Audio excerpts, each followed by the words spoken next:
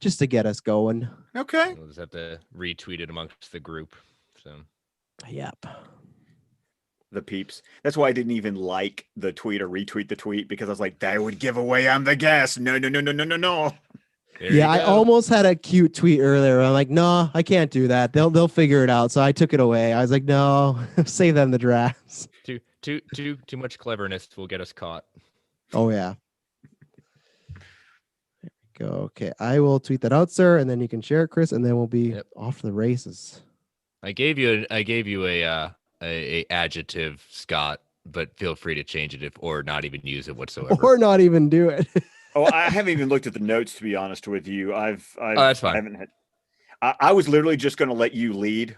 Like this is when I go on other people's shows, it's like dancing. You lead. Hey, that's fair. That's very fair. And Chris is a good dance. He's always the lead. I'm always the. I can do whatever you can do backwards and in heels. That place. I was about to say, come on, if you don't know that quote, I'm just ashamed of you. Travis is young. He might not get it. I've heard it. I know I've heard it. It's Ginger Rogers. She said she did everything Fred Astaire did, but backwards and in heels. Yeah, see, I didn't place that, but I feel like people have said that to me. Maybe it's my father, but I know I've definitely heard it at some point. Or my mother, because I don't think my dad's been talking about heels, but you never know. He likes to throw me on dating both of us. And Scott's actually older than me by a few years. I'll be 39 next month. 37 on the 19th. Like I keep saying, Zack Snyder, Falcon and Winter Soldier. It's all. You were like getting in heaven. I am living it up. Even my wife said, okay, I can understand you're taking the 18th off and it's asynchronous on Friday. So it's basically a day off, saying you never do something like this. I sign off. You can take off the 18th. Yeah, I'm hoping that time sticks, the midnight drop for me, because then I can watch it. Because with my job, Monday and Thursdays are the days I can't take off, and I would, but now I can't take those days off. So if it drops Thursday like too early, it's like, I don't know, but at midnight, I can stay up to 4 hours, get 3 hours sleep and do it. I will do it, because then I at least want to be able to go on Twitter, talk to people. But if it drops, and if it gets to 2 a.m., that's the spot where it's like, that's too late for me, because if I work at 7, an hour of sleep, not going to happen. But if I can get a little bit in, that I'm hoping for that 12 or 11 slot because I'm on East or PST time. So I'm fingers are crossed that something official comes out here soon. I know. I got the day off, so it's just like, can I finish? It's like, can I finish watching it before my kids wake up? That's my only question. Yeah, well, I'm hoping at that point we get some sort of confirmation officially when we get it drops. That way, either I'm taking a full day, I'm taking a half day, whatever. No sense of me waiting around and doing something. Yeah. All right, Chris, it is all out there. It is shared, so you are good to go, my friend. We're ready to go. All right. All right, in 3, 2, 1. Welcome to the Marvel Alliance podcast, where we cover anything and everything to do with the Marvel Universe. From the comics, TV, and movies, we go from the Mojoverse to Earth 616 to Westview to bring the Marvel Universe right to you. I am the Uncanny Chris. I'm the podcaster Mischief Just Now. What am I? I don't know. Chris, we've got someone crossing from the multiverse over. What happened? This is the amalgam universe now. Yes, I'm Dark Claw. There we go. We'll go for it. Dark Claw. Yeah, we had to Alliance Assemble. Yeah, we had to open up a special we had to open up a special portal for this one, because this is something we've been cooking with. And I guess we should say, for the audio people who's actually here, introduce yourself, sir. And we kind of do this at the beginning. Tell everyone who you are in case they don't know and how they can find you. But who are you, first of all? I am Scott McClellan. I am the co-host of the DC Film Squadcast and co-founder of the Squadcast Media Network. I can be found on Twitter at ScottDC27, and you can find the entire network of shows at squadcastmedia.com.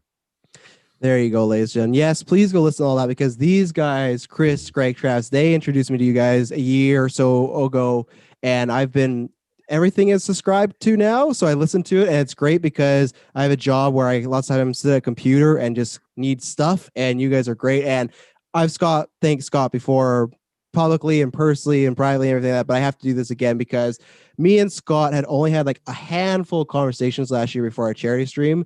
And this guy like helped out big time, not only by hosting the show, but like retweeting it. That's how I met a few other people that helped out, and also like kind of what you already do with your shirt stuff. And you guys are always doing good stuff over there. But again, just a personally thank you because that meant a lot. And lots of times people just like, oh yeah, cool. And they give you a thumbs up, and that's completely fine. But you went like above and beyond what all of us asked. So I'll always be in debt to you, sir, for that day. Cause that was obviously I'm growing the hair back, but it was a very fun day because we didn't think we didn't know that was a tough goal for us. So again, sir, thank you very much.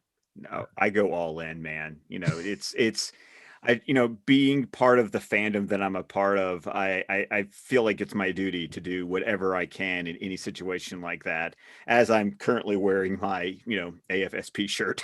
Well, I was gonna say about all in. That's how the amount of stuff you're buying is is crazy for the Snyder Cut. Because anytime I see a new thing shared, whether it's Garza, whether it's Dave, I see you underneath it, bought or pre-order. Or it's a screenshot of it in your basket. And I go, this man is going to own every piece of Zack Snyder. You are going to hold. If there's going to be a Guinness World Record, you're going to have it. That's pretty impressive. No, well, I used to joke, and I know this is a Marvel, and we'll get to the Marvel soon enough. But yes, I think after 3 years of being part of #Release the Snyder Cut, and how many tweets I went out and I said, release this movie, and I will buy all the things. And finally, Warner Media decided to call in my marker, and it was like, okay, ante up, and I'm like, yes, sir. And the comics, as you said this week, you variants and all. Oh, you know what? As I like to joke, if anyone was going to make me buy a Brian Michael Bendis Justice League book, it was going to be the Snyder Cut variant cover. It's so hard to say because, man, I love his Ultimate Spider-Man run. It was so good, and I still need to read his Daredevil run. And I read Alias, his introduction of Jessica Jones. That's all so good. But then he comes over to DC, and it's like, dude, I ain't feeling it. So how about I go back to reading Ultimate Spider-Man and some Daredevil, and I'll be happy. Well, it's funny, Chris. Remember last time before we times. Before we recorded, so we were talking about that with Bendis, just how some people they just don't click with certain like properties or character, and then obviously from the I've never read any just because people have not given me like I love Bendis alternate. Yeah, like that's the thing where it's like I want to dip my toes and be like, okay, like why do people feel so strongly? But then it's like, do I want to put this flavor in my mouth? Not so much, But yes, sir, just a big thank you to, like I said, in the past. And thank you for coming on. We thought this would be fun. And like I said, after the charity stream, so we're going to find a way for you and I to cast. And I'm happy. This is our first like kind of actual talking. So I'm going to give some plugs and then we're going to get right into some stuff. Hopefully I didn't spoil too much for Scott. We'll tell you that story in a second. But this is Geek All Alliance. We're doing a switch up this day for lots of different reasons. But on Mondays, it's World's Finest True Believer. Chris, what did you cover this week? It was a retro with Joe. Yep, Retro with Joe, continuing our journey through Lock and Key, this time Volume 2, Head Games. So if you've seen the show basically mirrors Volumes 1 and 2. So we're trying to schedule our third volume probably the next couple of months. There you go. Yeah. And then usually on Tuesdays, it is DC Alliance, but we're doing some swapping this week. They're going to be dropping on the Thursday because they want to cover Superman and Lois. That premiere is happening. So everyone's excited about that. So they're going to be doing that. And then on the Wednesday will be Star Wars Alliance. Lots to talk about there. They're finishing off their book review Into the Dark and Word today. Friday, superhero discussions. They're getting closer, almost at the 60 mark for Batman the Animated Series. So that's going to be lots of fun. And then Friday, they record Super Servant Servants. Saturday, that drops on the main feed. And then Saturday and Sunday is Weird Science covering a bunch of comics and whatnot. So the best of Marvel, best in DC. You go to Patreon, $1 tiers, tip jar, $5. You get ad-free exclusive episodes. Chris, I think I've hit everything that we talk about. Well, I'm going to plug you. I'm going to plug you guys for a second. Because like in the last week, I've shown up on World's Finest True Believers talking about Batman Last Night on Earth. And last week I showed up on a Slice of Film with Katie talking about Blade Runner, the final cut. So I am no stranger to this network, gentlemen. No stranger whatsoever. You are not. You make the rounds. Oh, I know. There's a hooker joke in there that I know that you're digging me with, because that's what Tim and Brent like to make fun of me for. But you know what? I have to give the people what they want. It's what happens. It's okay. You said as much on World's Finest, if not the first episode, that's definitely second episode. So, well, I know it's so funny because Yes. we were talking to Scott, and then I saw World's Finest, and then I saw him in Slice. I'm like, you know what? They're taking everything. But the good thing is we got to do the surprise factor, and you know what? I can boost Scott's ego a little bit because, and Chris, we haven't even talked about the stats yet today. Last episode you just put out was your biggest one yet. So he's the ratings man going on. So there you go. So. Okay. You gave me some news. I did not know that. I meant to talk to you today, and then we're talking about Big Hero 6 stuff and like what is this? And you know, that's what happened. So Are you satisfied with your care? We try sometimes. So you know, we do it for you. Yeah. So we're gonna talk about some WandaVision as usual. Chris, I think we may as well let Scott start off because first of all, not just that episode, but because me and Chris, we talk about this all the time. The viewers are sick of us talking about, but I just want to get your thoughts as far as like you promote all your stuff. You're a big DC guy. Is this the most excited you've ever been for a movie coming up March 18th? Hell yes. Yes. Okay. Yes. I only because of the personal investment over the last 3 years. This is unprecedented. So the answer to that is yes. So I'm very happy for you. So that's why we thought, this would be fun because I listened to fans, and then I heard off the cuff that Ray and Brent mentioned, Scott's watching. And that's where I went, okay, I'm going to slide into the DMs. No further prostitute joke going after that, but slid in. Many in the comments already. Yeah. You're going to say, hey, let's see. Cause that's the fun thing is like, okay, what does he think about? So what have you thought about this kind of show overall? And then we can get into episode 7 specifically, but what have you thought overall as far as somebody that, you're a big Snyder guy, big DC guy. This show is a little different. It's the first MCU thing we've gotten since Homecoming. So it was like, I don't know, I think it was like 500 or something days. So what have you thought about this so far? As someone who has soured on the MCU, kind of starting in phase 2, but really starting to feel it in phase 3, I was very iffy about the TV shows, especially when the idea was the TV shows were going to become required viewing for the movies. And that just started to like rub me all kinds of the wrong way. But when WandaVision became the first show to get released, and when I was hearing about it, I was like, okay, this has some potential to it. And then it dropped, and my mutuals were loving it. Like my DC mutuals, like they were like digging it so much. And I was just like, okay. So I actually didn't watch it until after episode 3 came out. And then I binged 1, 2, and 3 in one night. Which is probably what we've said to a lot of people. Like you have to make it through 3 to really like buy into it. I mean, see, and I completely disagree with that for an interesting reason.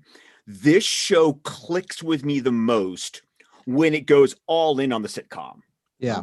Like, so I was in on episode 1 because I grew up watching I Love Lucy, Dick Van Dyke Show, Bewitched. So I'm watching that first episode going, it's Dick Van Dyke's living room, but it's I Love Lucy's kitchen, and they're doing gags like Bewitched. And like I was all in on that because I was like, wow, they really are committing to this sitcom thing. And there was that sense of mystery of how's Vision alive? What's going on with Wanda? I know enough about Scarlet Witch, with like House of M and all of that in Avengers Disassembled, that like I knew there was probably some inspiration there and they were playing with that. So like I had, from what I have of my Marvel knowledge, I was sitting here going, okay, I'm digging this.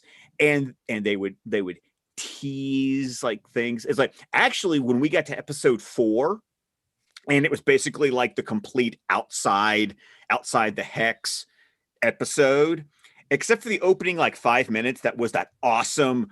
Let's get real for a minute and talk about what it was like coming back from the snap. Like that was something that the movies never dealt with. Far From Home turned it into a joke. And Far From Home is not high on my list of the MCU movies. So to see them do that opening scene with Monica and like go for it, like dig into it, I was like, good. Then the rest of the episode, I mean, I have a thing for Kat Dennings. I have a little screen crush on her. So seeing her back as Darcy, not hurt my feet. Don't think you're alone. I don't think I'm alone at all. So not hurting my feelings. But I remember getting to episode 4 and feeling like a little meh on the rest of it, because it was more like standard MCU, and it moved away from the sitcom aspect, when the cool, weird sitcom aspect was what was hooking me. And what's happened to me as I've watched the show is I really go all in on the episodes where they go all in on the sitcom. And the episodes where they don't quite go all in on the sitcom, or I don't feel like they kind of nail the decade, those are the episodes that I'm the most meh on. So like episode 3 with the 70s, they didn't really like that. It looked like the Brady Bunch's house, but they really didn't, but they didn't commit to it being a 70s show. Or not this week, but last week's episode, the 90s. They really didn't commit to it being a 90s show. Like it really just didn't, it wasn't shot like a 90s show. It didn't feel like it. Unlike say like the 50s or the 80s, where it was like, oh no, you went all in. And those are the ones that really get me invested in the show. So like this week's episode hitting the 2000s, doing like the whole Modern Family. Like I never even watched Modern Family. Yeah, me either. But I knew what they were going for. And so I was invested in the episode because they invested in sort of that Modern Family, The Office style. Yeah. I mean, because the opening title sequence was basically The Office, in my opinion. Yeah. Yeah, it was a mix of happy endings in The Office. Yeah. Yeah. So those kind of things, that's when the show clicks. And then it's when it kind of goes let's just tell the real world story, where I'm just like, I want to go back to Westview. And so that's kind of where I've been with the show. Interesting. Well, then my question is, do you worry about your enjoyment for the next two, which people have kind of have the theory of like they may have very little of the comedy show or none at all, because we have this reveal, which we're talking about everything.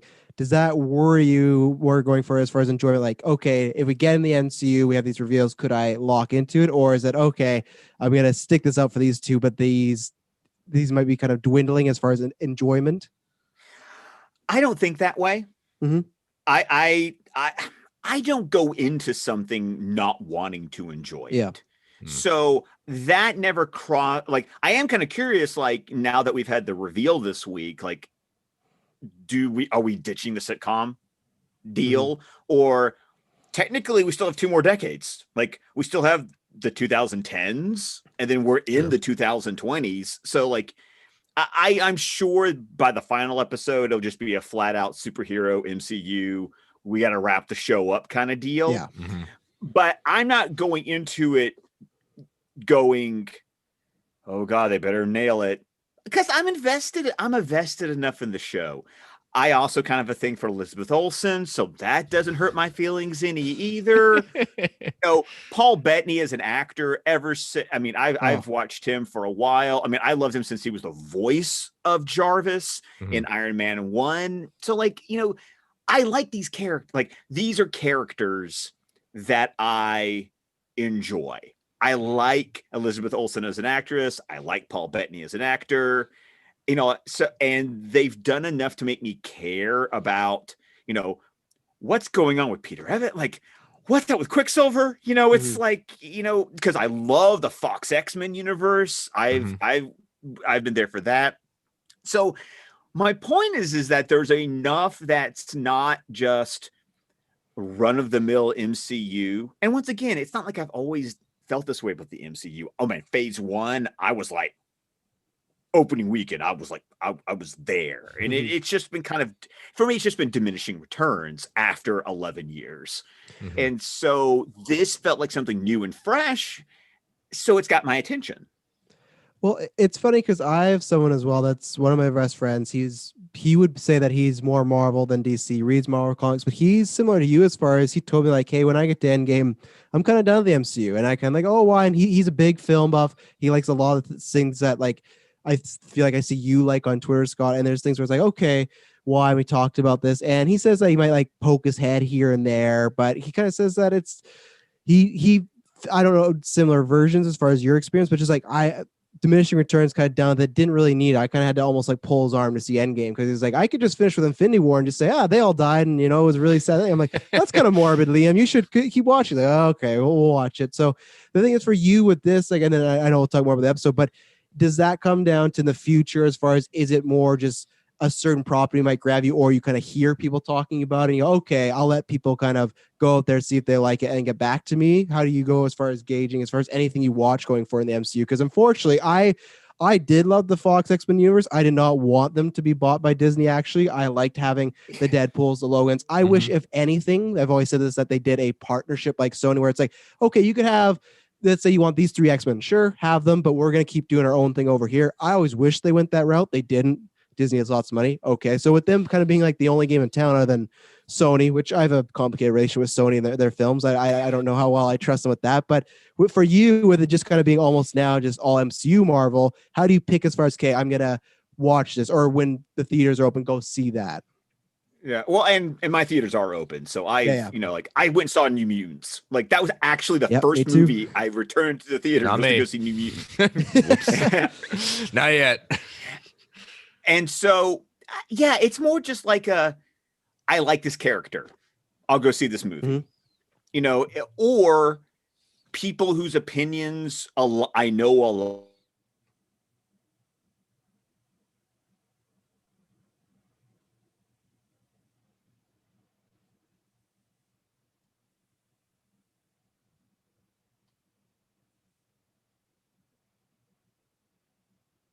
I think he's frozen. Do you think Scott's frozen? Yes. Yeah, I think he is. It's a good look. Were you live that whole time? Yes. Okay, I thought I was frozen. So I was completely silent because there's so many times in the past where I have been like, oh, I'm frozen, so I'm going to be quiet and not say anything because they're probably still talking. I'll sit back. Oh. Okay, so Scott's gone. I will. He can say, Chris, that was good. I was just waiting for someone to say something. He said, might as well be me.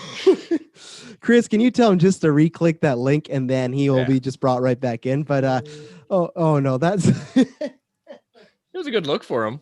Oh, that's so funny. No, like I said, I was so convinced because this happened to me before, folks, where I drop and I get the bars like, oh, you're dropped, you're out. So, and I go, Chris is talking, or Chris and Guess are talking. So I go, Chris and Travis now. What? So, and then I know, okay, I think Greg's a little bit behind there. So, and this is the fun editing that. There he is. And I've absolutely no idea when you lost me. Oh, you were like this, and that's when we lost you. You were just talking about characters you picked, but before you continue, I have to, because there's times where my internet drops, and I know Chris and the guests haven't. So what I do is I just sit here quietly and I let them talk because I know, okay, I'm going to come back in the call. And I just sitting here, and then we kind of notice Scott's just sitting there, and then Chris, you're sitting there, but you're moving a little bit. So I'm like, oh, he's the one that's gone. We're fine, but you know what? Editing magic, folks. No one will ever know this happens in 24 hours. But anyways, you're saying you'd pick like the ones interesting, or people in your circles that have similar views or that you like their opinions would have, you know, get you into the theater, get you to watch something, etc. Yeah, like Blade. Like I'm watching that because I love the first Wesley Snipes Blade movie. Like I have dug that one for a while. So like that's the one, and I love Mahershala Ali, and so it's like it's like you have my curiosity. Yes. But it's like, is it going to be PG-13? And it's like, you know what I really need? It's like these theories that are they really going to do an R-rated Deadpool 3? Prove to me that you'll do an R-rated movie, because I think that's the thing is like, I'm that way. It's like certain characters. It's like, I don't need PG-13. Mm-hmm. And so like Doctor Strange, I love Benedict Cumberbatch. I love the first Doctor Strange movie. Mm-hmm. The Multiverse of Madness has my curiosity. Blade has my curiosity. Eternals, you know, Yeah, that's fair. Black Widow, no. No, it doesn't. Yeah, it's She died. Yeah, she died. So it kind of becomes like those things where it's like, mhm. I like that actor or I like that character. I'll go check that out. And since we're not in an Infinity Saga situation where I felt that completionist in me, like Yeah. I had to watch every single movie in order. Phase 4 doesn't feel that way. Mhm. I feel like I can be a little bit more selective about what I do go and see. Well, and I think they still have to do that to a point because, like you were talking about earlier with the TV shows, and you got to watch everything. They can say that, but you don't really have to watch everything. Like, and I actually really enjoy Captain Marvel, but at the end of the day, when they said, "Oh, you got to see this before Endgame," there's gonna have lots of stuff in it. You could watch the end credit scene. You're good to go. You're not gonna know who Carol Danvers is, but really, you could be good to go. And I think that's the thing with these shows that they do have to be careful. We've talked about this, and that's why we like having people with different opinions on because we have, Katie, who's been on. You were on Slice Film. She goes, I hate what Kevin Feige's done on Marvel. I don't like it. I don't like this, and that's where I like okay, how do you view this? And that's the fun thing of, I think they do got to be a little bit careful with the shows. I think the movies is a bit easier if they're doing the 2 a year, even 3, but shows when you're doing 8 episodes, 6 episodes, sometimes 3 to 4 hours long, people are going to be a bit more picky and choosy. So it's interesting to hear this perspective, Well, and it's like WandaVision was different, and I'm intrigued. Falcon and Winter Soldier, I've got no hype for that whatsoever. Yeah. Loki, it's Tom Hiddleston. I'm sorry. You have my attention. So even the shows become that way of going. Like Falcon and Winter Soldier, maybe I'll catch it when the season's done and I can just kind of like burn through it. But I don't feel that urge because those actors, those characters, Winter Soldier is like my second favorite MCU movie, but it's not because of Bucky, Falcon and Winter Soldier. Yeah. I'm sorry. Yeah. Oh, it's kind of like the shows that have interested you, WandaVision, Loki, which you're going to be possibly interested in, are not your quote unquote standard MCU. Falcon Winter Soldier was supposed to be the first one to start it off because it was standard MCU. They didn't want to like take the risk first at that point. So, and I like risks. So that's why those shows make me go, ooh, and I think that's basically where I am now. I need a ooh factor. Yeah, I think I'm in this weird place, and maybe I'll grow at some point where I watch everything, even if I'm not excited for Marvel and DC. I'm just like, oh, here's my money. I'm gonna check it out and see, and that's where it's just like. But I agree with you as far as Black Widow. There's nothing there for me. Eternals, nothing there for me. And maybe if I hear, okay. As I just said, I'll be there opening weekend. But I mean, like, if I hear that initial hype going to, okay, a bit more excitement. So I do like the more riskier stuff. And that's why I like WandaVision, because I was having this conversation with a few of our patrons where he was saying, like, oh, yeah, like, I feel it's risky in the sense of the, like what you're talking about, the show aspect, the comedy aspect. But when we get in the MCU stuff, it's kind of safe and everything like that. And I push back, like, I don't know if it's safe, whatnot. But he went, oh, well, I just feel like we're going to talk about like the Agatha thing. It's one of those things, if you could just even log onto the internet, you knew it all, And I think there's a bit more of a turning against, as far as the Evan Peters thing. People are really worried that he is just one random guy. And there are people, we talked about this last week, Chris, of like, the Mandarin effect, that some people that don't like that have that kind of like sneaking suspicion. They're like, fool me once, shame on you, fool me twice. And if Evan Peters is nothing, it turns out, oh yeah, he was just a nice neighbor. There's gonna be lots of people that are pretty disappointed with that. Enough people are disappointed by this engineer thing of going on, like, who's gonna be the person? Who's gonna be the person that's gonna meet with Monica? Is it Reed? I think people got way too excited by thinking it's gonna be Reed Richards, it's gonna be this or that. Like, sometimes you got to engage in hype, but Chris, before I throw it to you as far as what you thought this week, you should be proud. I'm not drinking great Gatorade. I'm drinking a Canadian drink called A Pro. It's apple, strawberry, and raspberry. Scott, I'm saying this because every time I talk about them drinking Gatorade, Chris becomes my father and tells me how bad it is and talks to me about how I should be drinking tea and everything like that. So look, Chris, some nice healthy juice. It's like a Snapple. Yes. I was just more pointing it out in the sense of bad for you and saying like there are better drinks for you in the sense of what you're trying to game for. To stay up. Yes. Well, Yes. sometimes at my job, Scott, I have to review WandaVision and then I got to work. So there's 2 Fridays in a row where I just went to work with no sleep just so I could get the review done and everything like that. And it was not the rough. greatest experience. Yeah, it was rough, but for the fans. The But fans. yeah, Chris, The what do you think of this people. episode?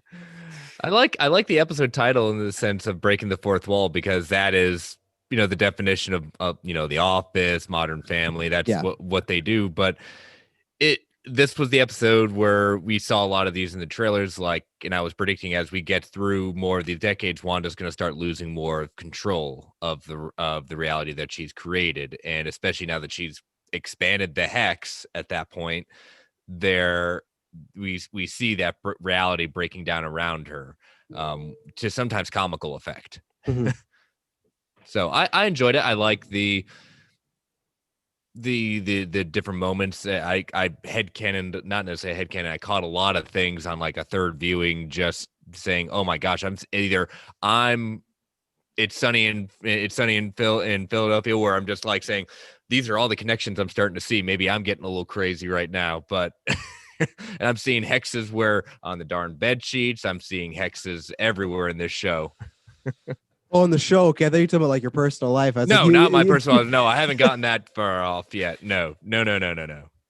Yeah, no, I liked it quite a bit. I think the execution for me kind of relies on the next 2 episodes because we got the Agatha reveal. We talked about that even kind of months before the show came out. Of like, okay, she's wearing the brooch and she's saying this, so clearly there's something going on there. She So was a witch for Halloween, yeah, yeah, and I Literally did. on the nose. Well, yeah, and I did like the little play because I was always like when we were talking about that witch moment in the car of okay, she's breaking down. I thought, okay, this is strange. If she is Agatha, why cannot she control what's happening to her? Why is she like the other ones? And also we saw, okay, she's playing along, stuff like that. We got that moment of her kind of showing us that she's messing with whoever Pietro is. She's behind that. So I think it's a question of is she the big bad? And that's what the next 2 episodes are about, is her and Wanda and the struggle there, or does it lead to something? It's tough because I feel like if you're leading to something with 2 episodes left, they have to pull it real quick because you don't want to feel like it's just stuffed in there. You don't want to be like, oh, and then there's another big bad. I feel like we're going the route of a Thanos and Avengers where someone might be revealed, something might be revealed or shown, but it'll just be, oh, this was happening in the background and never mind. And I'm excited for. I like the comedy aspects. I'm not a big fan of The Office or Modern Family or anything like that. So I think they nailed the comedy, but that comedy doesn't speak to me as much as it was more of just the parody of it that I enjoyed. Yeah, and I think they did that well. I liked all the stuff that's going on as far as with Monica, other than the engineer reveal. There might be more to it, but I just feel that again, I think that's another thing I saw with myself. A lot of the people disappointment when you zoom in on a phone. We talk about this before in movie or TV. You're emphasizing, okay, something's important with this phone. Someone, whoever she's texting, is important on that other end. And if this reveal is just, oh, it's just this random lady, that's cool, but they should have never said anything. And I guess that's the point of the show, right? They want people to be talking about, but I think there's a line where, and I've seen some people go this route of with Agatha, if it starts to feel predictable or maybe disappointing, you don't want the back end to feel like, oh, we kind of saw this all coming and maybe it leaves a sour taste. At the end of the day, I think it's done enough that it's going to get people excited. It's going to get people interested to see what does happen in Doctor Strange 2. And I know there's that stuff with like, oh, that book. There's that book in the basement. I like that theory of like, oh, that might be the missing book in Doctor Strange. So I do like every week there's this water cooler conversation of what's going on. But I think this week is really not crucial to me, but very important to say like, okay, let's see if we can stick the landing, because that's not an easy thing for shows to do, you know? Yes, see Titans. Yeah. Twice. Yeah, twice. Yeah. I hope Monica doesn't get just electrocuted to death. You know, I don't want him to go that route. You know, it's okay. That's a question I have, because once again, my Marvel knowledge is not nearly as encyclopedic as my DC knowledge. I can go really deep on Spider-Man and X-Men, because that was my jam back in the 90s. Is Monica, she got powers after going through the wall. Is Monica supposed to be somebody I'm supposed to know? She, in the comics, she at one point was a Captain Marvel. She's gone by Captain Marvel, Photon, Spectrum, the power set. Okay, Spectrum makes sense with what she saw when she came out of the wall. Okay. Yeah. So yeah, this is how she, quote unquote. I mean, they were kind of telegraphing it. So you go through one more time, it could irreversibly change you. So we all were kind of saying, all right, well, this is how she's going to get her power set. So, Okay. But So I mean, I'm interested to see, like, besides seeing the spectrum and having her cool 3-point landing at that point, and we gotta have that hero shot at that point. I want to see how they do her power set in the show. I'm sorry, I can never see that again after Deadpool going, oh, yeah, superhero land. That was good. Superhero landing. Yeah, I'm like, I was the same then way. there was a story that came out apparently that they originally were just going to let her fall. And I like that better, actually. I do, because I don't. That took me out of it, to be honest. When she landed like that, that was like, okay, we're in a superhero battle. Like, she can be badass but still get thrown to the ground. Like, that was the thing where I was like, oh, like, and then she does like the look up in her eyes, like, oh no, we don't need this. I did like that Wanda just freaked out, like, I don't want to talk about that. I'm not. And then she just like, I love that she is so sporadic. But then it was the combo of that scene I liked, but it felt a little jarring when she landed like that. And then also when she's like, he's trying to make you the villain, and she's like, maybe I am the villain. I was like, no, don't do this. Don't do the like the on the nose sort of, like, we get it. People enough have said it to you. I just wanted to bring it because a few weeks ago I looked up and it's just so funny. So her name, she's been Captain Marvel, she's been Photon, she's been Pulsar, Daystar, Spectre, Lady of the Light, Monica Marvel, Sun Goddess, and Spectrum. So she's had a huge career. She has more gimmicks than a professional wrestler. So I don't know what's going on there, but hopefully they decide on one, the MCU, and stick with it. So I think we're pretty confident that we're not going to have some name changes. I don't see, could she be a Captain Marvel? Maybe, but I think we're all predicting she's going to be Photon based on her mom.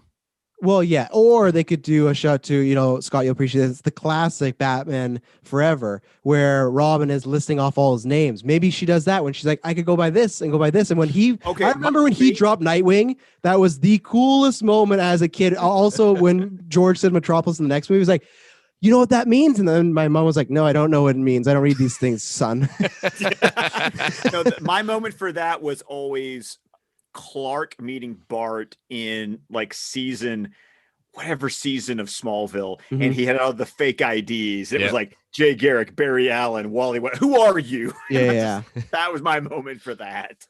So maybe we can get that. She'll list them all off and everything like that. So, Scott, I wanted to ask you, as far as you talked about Evan Peters, do you have any theories or anything that you think is going on with him? Because we had only 2 moments of him this episode, which to me was peculiar. I thought we were getting a lot more, but we only got the from behind. He's, Agatha's doing some stuff, spell, we don't know. And then we got the very Agatha strange part. It was Agatha all along, Travis. Well, I know the jingle. And did you know, Scott, she sang the song. People on Twitter were fucking shocked by this, that Catherine Hahn's voice was the same person that sang the song. Who would have thunk? I don't know. But, and then you mean she has talent? What? We just had a good laugh because me, Brandon, and Chris have a chat where it's just like we shared this, and somebody posted like the emoji and their brain was blowing. It's like, look who sang it. It was like, okay, sometimes there's some softballs out there, and clearly she's saying it. But we also got that end credit scene of the snooper is going to snoop. So do you have any, like, what do you think is happening with Evan Peters? Is he a Quicksilver from another universe? Is he a bad guy? Is he just some normie that got taken over and he got thrown into this situation? I honestly, with the reveal that Agatha was manipulating him when he first showed up, that made me raise an eyebrow. Mm-hmm. Like that made me go, okay, that wasn't anything that Wanda did. That's Agatha, and she's been manipulating it. So I don't have any theories, because I'll be honest, I don't want to be disappointed. Yeah. I don't want to disappoint myself. Because this is a universe that I'm less invested in, I'm more willing to just be along for the ride. Mm-hmm. I mean, I know who he is. I love Days of Future Past. It's like it is like my second favorite Fox X-Men movie ever. So like I'm down for this. I would love for him to be part of the multiverse. Like I would love for, if I had my wish list, I want them to go for that. I want the multiverse thing to be a thing. Or even if he's some poor schmuck, he's been made to look like Evan Peters because Agatha or whoever a bigger bad may Yeah. be. I know everyone says Mephisto. You know, I watched Spider-Man the Animated Series. He showed up there too. And it's just and it's just this idea of I want there to at least be some sort of connection to that. I don't want just to be a stunt cast where we cast this guy and the audience wink wink knows that he played Quicksilver in a different movie universe.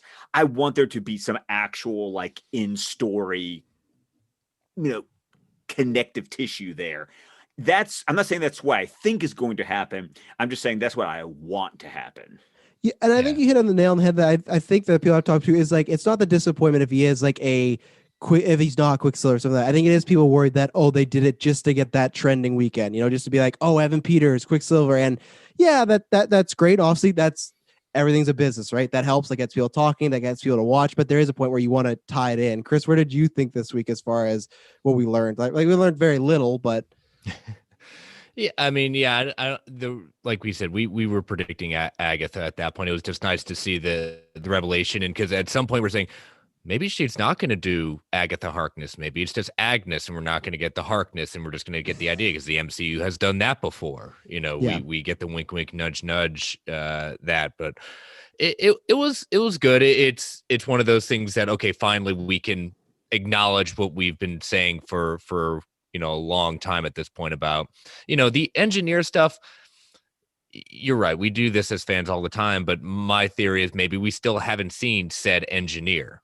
We got introduced to, okay, a friend of her mom's and things like that, but we never got to see. So we could see this engineer, or again, it could just be us getting our hopes built up and bad writing and filming to give us a bad misdirect. So yeah. Not too many revelations. Like I said, I think this one I noticed just a lot of things. I saw Greg in the chat saying, the kids are gone. In the comics, Wanda doesn't have the kids. The kids disappear when she doesn't focus on them. Mm-hmm. But the idea that she's looking for them now, that's not why they're gone this time. At that point, I pointed this out in our chat that rewatching how she intros the show, like when Wanda goes previously on WandaVision, I noticed something this time. It's like she's not saying it as much pep. And I went back to the other episodes and she proceeds to have less and less pep saying previously on Wanda. Like it gets deeper, a little more sullen, and it's almost like she's getting tired. Yeah. And that her power set is being, this is where my theory comes in, like Agatha is using her power set to kind of suck it up in whatever this book is. Either, it could, I don't think it's the Darkhold, but it could be, the what was it I've written down here? The Demon Tone, I believe at that point from their Vision of Scarlet Witch novel that's holding this demon, this different kind of being at that point. But it's there's just a lot of stuff going on, and the idea of what is the, no pun intended, what is the end game of this? Like, I don't think that Agatha is, yes, it was Agatha all along, but I think Agatha is working with someone. And I'm still holding on. The next two episodes, I'm still holding out. What is Dottie's big thing? Because it's another bad misdirect if, the supposed Kevin Feige is signing off, particularly on her character. What is her role in this? Because we haven't seen much of her since, early in the show, but we're kind of been saying like, okay, where is she placed in this? And I think hopefully we're going to see that at that point. But I didn't get too many questions answered. I got more of confirmations of what we've already been predicting. Yeah. And this week we just saw her just trimming some flowers, Yeah, yellow flowers, and you had the red flowers in Scarlet Witch. You had the purple flowers in front of Agnes's. I'll do this because I know Scott and I share a lot of film knowledge at this point. Her suit being kind of like a 2001 kind of reference, kind of going through at different points. I did like the idea of, it's a homage to 2001. Well, you think about 2001, just the whole idea of, it's a fun Easter egg, visual Easter egg, but the movie's about a human being evolving into something The more. Star Child. Yeah. Yep. So I've seen 2001, Chris. Come on now. I Stanley never know. Kubrick. I saw The Shining, and that was it for me. I fell in love with the man, and then watched Eyes Wide Shut at the age of 10. Went, that's a different type of movie, but I'm sorry, Travis. I can't do that. no, it was just one of those movies that it was on TV, and about 30 minutes in, I'm not supposed to be watching this, but luckily no one walked in and I was home alone. Not that anything happened, but I'm just saying, just watching a good old movie. So yeah, it's gonna be interesting next few weeks. See, we got 2 weeks left. Anything else, Chris, in particular you want to show this episode? I did like her. I have to say I like Agatha's kind of lines in the sense of like, you want to look at a mole, again, more on the nose of the markings of witches. As I once bit a kid once. How about like eating kids or biting kids? Hansel and Gretel at that point. I did, that was, I think she had some of the best kind of like zingers of the show. Yeah. And the other thing I guess we didn't talk about, because everyone's been zooming in on it because the camera did, as well as the fly or the cicada on the wall, and everyone's saying, well, Mephisto's first appearance was a fly, and here we are. And maybe, but I also just think if you watch any like exorcism movie, like anytime there's like demon or possession or devil spawn stuff, like flies and bugs are always around. Like look at Annabelle Horner, because like Lord of the Flies. Yeah. like it's like, that's why for me, I know people, it could, maybe I'm wrong. Maybe next week the fly just goes and, oh, look, pop, it's the man in the red robe. Great. But just like, I think that's the thing where it's like those symbols are around quite a bit of like scary stuff. And Agatha could be scary enough just to have flies around. And she has just lots of animals. She has multiple bunnies now. She has that. She has the stork that's maybe not hers. We don't know, but she's just, she's going to have a whole, that's next episode, just how she accumulated all these animals. Well, a couple of things. We haven't talked about the commercial, the nexus at that point, and it's the idea, Wanda is this nexus being in the comics where she's always the constant in whatever multiverse at that point. But the idea that, the world doesn't revolve around you, or you create your own world. But well, going back, she's taking a red bottle pill, out of the red bottle that kind of looks eerily like Nexus at that point. And, kind of on the nose with that, and the Time Variance Authority, which is in Loki, they are supposed to be the ones who are watching over these Nexus, people, like making sure they're kept in check. So we'll see if we'll take a cue from that. Well, it has been funny. The last 2 weeks, the commercials have been not, oh, this is an event from the MCU's past. That's what it was all before. Like, okay, this is about the Stark bomb. This is about her brother. This is about, all these things where this has kind of been like, this could be about that, could be about this. I think my favorite zinger of that, though, is just that, it's supposed to help you with depression. Taking this pill may cause more depression. Yes. It was like very much mirroring what we get today, where it's just like, here's this pill that will help you. And here's the 10,000 like things that could go wrong. Like I've had a cold recently and I took some Dayquil, and I don't usually read the back, but I looked at my fiance and go, this could cause huge liver damage. Like, oh yeah, that's what they do. I'm like, wow. And then I have to take the pill because I don't feel good. But it's just one of those that you look and you're like, this is crazy. Like, just so I can get this cough away, my liver might be going. It's like, I don't drink, so I might be okay. But it's the Tylenol. No, you're right. It's the acetaminophen. Too much acetaminophen ruins your liver. And acetaminophen and NyQuil. So that's the whole thing with that. But this isn't, this isn't Dr. Corner. But I do love the way that, because the world doesn't revolve around you, or does it? Like that was I love the way the commercial. The actors they get, the actor and the actress that they get for this they've been very enjoyable. They have literally fell into those. They're very small roles, but they own the screen for those moments. That's what I'm waiting for. I'm waiting to find out that those actors are something bigger. Like they're not just the commercials. Like they're going to, like, I'm waiting for them to show up. We've been having a theory. If you want to hear it, I want to hear it. We think it's her parents. Okay. Since they've been a constant in most of the commercials outside of the claymation one from last week. What's up, dude? Yeah. The shark is Mephisto. Everyone's Mephisto. Everyone's Mephisto. That when Or when Nightmare. Zack Snyder says there's going to be that big surprise hero, it's Mephisto. I'm telling you, there's everybody's Mephisto nowadays. And I guess, and I gotta ask Scott this because it's like the $1,000,000 question we talk about every week. What do you think about this whole? There's like one actor, there's one special actor, Paul Bettany being like, oh, I've shared this guy, seen all my life. Like that's been like I think the biggest like throwing logs on the fire as far as people be like, it could be this person, it could be this person. Even myself at times jumping to illogical of like, okay, Magneto, he's on his way. Do you buy any of that, or do you think that's just an actor hyping like there's a special character that's going to have lots of buzz? Olsen being like, oh, it's a Luke Skywalker type cameo. Do you think that is just kind of promotion, or do you think there is a moment where you might go, oh, that's peculiar? And they've said it's not Evan Peters. They've said that at least because they did this. It was Good Morning America last week. Like, oh no, that's not the one. So do you put much stock in that, or you think it's just like, come watch the show and have a good time?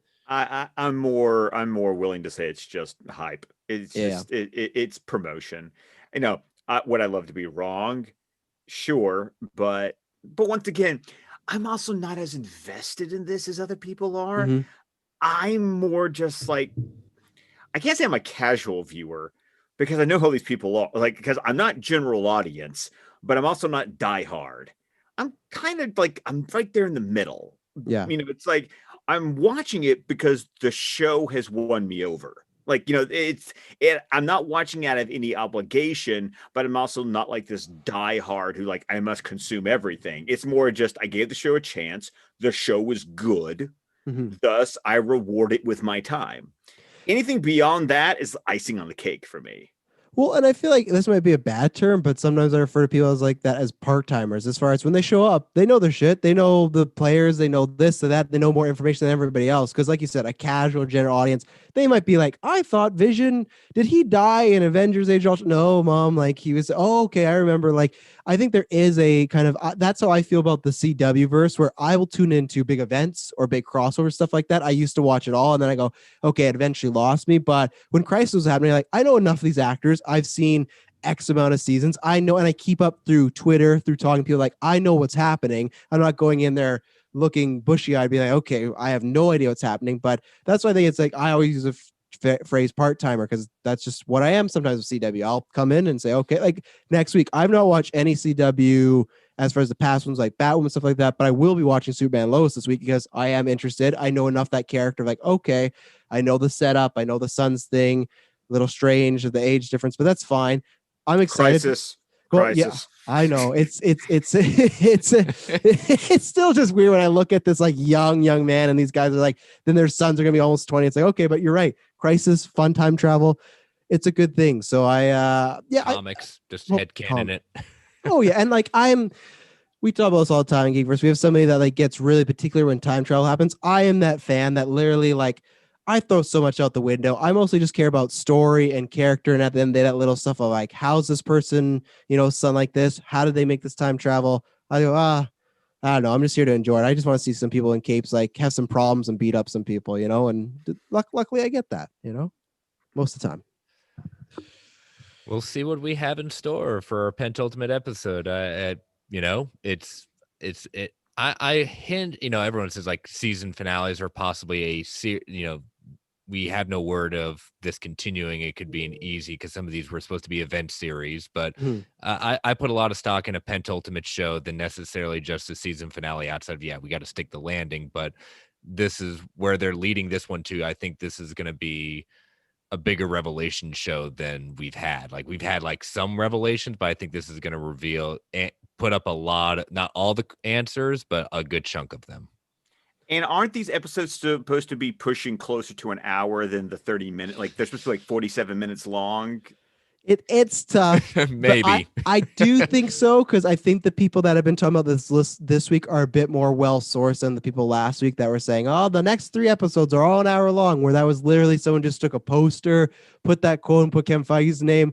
And Kevin Feige never said that. There's not a single interview, no audio clip of him saying, they're all going to be an hour. But this is like, I've seen people that, scoop or connect, go, okay, they'll probably be 47 minutes. So like, I do think a bit longer, and I still think I've been saying this, Chris, for a while. I don't know if the whole episode will be that, but I think we'll get a very heavy flashback episode, probably in this one, because I think the finale will be action, fighting, stuff like that. But I think you will have whether it's Agatha focus or even Wanda focus as far as, okay, how do we get from point A to point B? Maybe not all flashback, but a lot of it. So, and I wanted to say, Scott, that someone named Flash said they are only here for you because you're their hero. So there you go.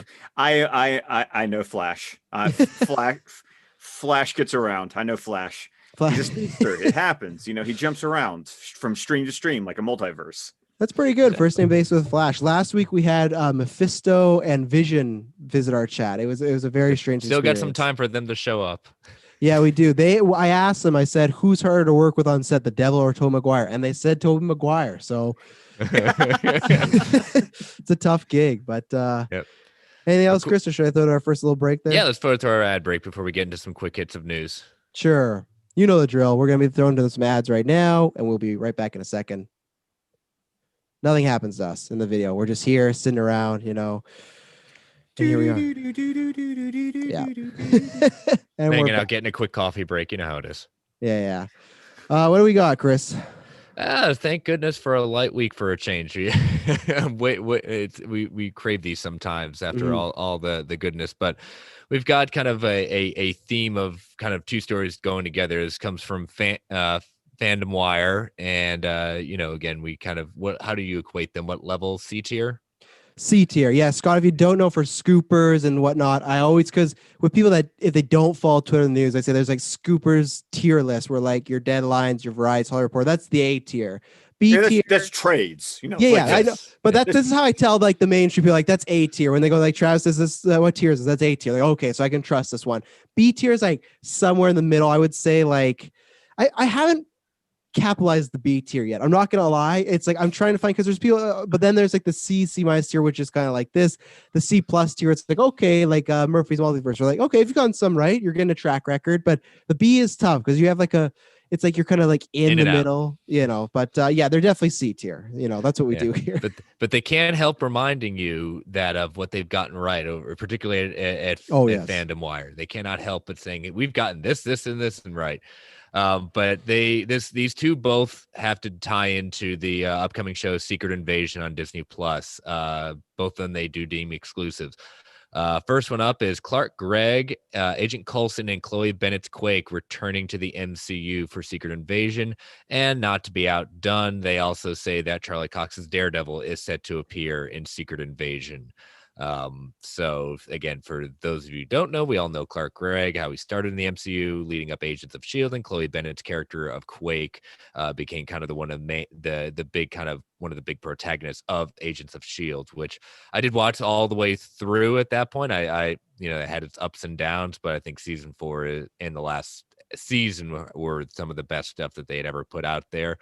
And Charlie Cox, he's linked with Spider-Man 3, maybe, and now he's linked over here. I just want my Charlie Cox back into some way, shape, or form, and giving him some proper MCU treatment. So I'm a little, the Charlie Cox thing kind of raised my eyebrows. Says interesting. Not saying I don't see it, but it wasn't the one that I was predicting coming. There's been a lot of rumors about recently with Chloe Bennett's character Quake joining in officially with the MCU. Spoiler alert for Agents of S.H.I.E.L.D. I don't know what they're going to keep from canon, but as we do in MCU proper, Coulson's dead, and in the show he became an LMD in order to keep him coming back. So we'll see what they take from this. I mean, like I said, the Charlie Cox one, I'm just like, I don't know about that. Not seen it yet. So this is where I come and I go, maybe this is why it's happening. Scott, did you have any intention of watching Secret Invasion maybe a week ago? No. If Charlie Cox is in it, do you think you would maybe test one episode or the episode he's in just to watch him? Because I don't know for sure, but are you a fan of the Netflix Daredevil? I adore Netflix Daredevil. I'm still ticked that Netflix has not put out Blu-rays of The Defenders and Daredevil season 3. Like I want all of Netflix Daredevil on, like, I've got season 1, season 2 of Daredevil. I've got season 1 of Jessica Jones, and I have season 1 of Luke Cage. And it's like the completionist in me is like, just give me all the Defender shows. Like I loved those things. I love Daredevil. I love Punisher, and I love the Defenders. And then I have a very up and down relationship with Jessica Jones, Iron Fist, and Luke Cage. Yeah. Yes. So, and that's where I go, do you think this would employ you if, a couple months from now, a year, they go, yeah, Charlie Cox, he's in this show. Does that make you any more interested to me? Okay, I'll test it out. I'll try No, it. Or that is that it, that that makes me cock an eyebrow. Like it's yeah. because once again, I like the character. I like the actor who portrayed the character. Mhm. I would follow them. And I think that's why they're doing it, because I feel like Secret Invasion with, okay, everyone loves Sam Jackson, true, but like still Nick Fury, like he's still, it sounds bad to say lower tier characters, but he's not one of your main head honchos, right? Especially, I always said like the past phase, I feel like he was very misused in phase 3. I felt like they just kind of forgot about him times and he just kind of appeared. I think now they've given him a nice big contract and it's like, you're going to be in this movie, you're going to have your own show. Like, and I think that was the problem. Like, do we want to pay Sam Jackson? And yes, you pay Sam Jackson because either kill him off or use them, and now I'm happy they're using him. But, and even then, Ben Mendelsohn, my mom doesn't know who Ben Mendelsohn is. It's that guy from that thing. Yes, mom, it's that guy. So that's where I think this does help. Even my mom that didn't watch the Daredevil show, she'll see the horn, she'll see, look, oh, okay, that character's in there. I think that's why even if it's kind of like a, square peg going in a round hole, I think that Daredevil / Charlie Cox being in it goes, okay, I am intrigued now at least to check this out and see, because I think Coulson and Quake, I didn't watch Agent Shield other than the first season. That's a nice little chair on top. That's great for those fans. But I think Daredevil is the appetizer to get you in the door. That is the smell that you put out and say, oh, okay. And then hopefully it's good and you stick around. Well, I have Summer joined us back in the chat, and so she was asking like, how do we see Daredevil joining in? My very quick theory is, again, knowing Daredevil's power set, he may be one of the ones that can sense, obviously, using his stuff about the quote unquote bad Skrull invasion, because everyone freaked out that saying they turned Skrulls good in Captain Marvel. I said, like everyone in society, you have your good ones and you have your bad ones. We're all good, Chris. We're all good people. I'm still waiting for them to bust out Super Skrulls for Fantastic Four. Yes. Yeah. I think well, obviously now it's definitely in play, movies coming and whatnot, but I like that theory of like Daredevil.